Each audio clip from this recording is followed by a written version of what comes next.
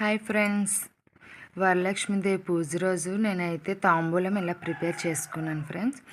ఒక jacket piece తీసుకున్నాను, అలానే 2 తమలపాకులు, 2 అరటిపళ్ళు, అరటిపళ్ళైనా కాదు ఏ ఫ్రూట్స్ అయినా పెట్టుకోవచ్చు, 2 పళ్ళు, అలానే ఒక అర డజన్ గాజులు, 2 చిల్లర కాయిన్లు, 2 వక్కలు అండ్ 2 ఖర్జూరాలు, ఎండు ఖర్జూరాలు, పసుపు కుంకుమ ప్యాకెట్ నానబెట్టి పెట్టుకున్నాను. కొమ్ము శనగలు అంటారు కదా, శనగలు మా సైడ్ కొమ్ము శనగలు అని అంటారు.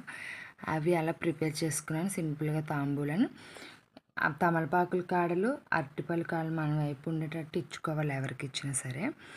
అలానే 9 మంది ముత్తైదులు పిలుచుకొని నిండుగా కాళ్ళ నిండుగా పసుపు అనేది రాసుకొని చక్కగా గంధం పెట్టి కుంకుమ కూడా పెట్టుకొని వాయినాలు అనేది ఇచ్చుకున్నానండి 9 మందికి ప్రశాంతంగా.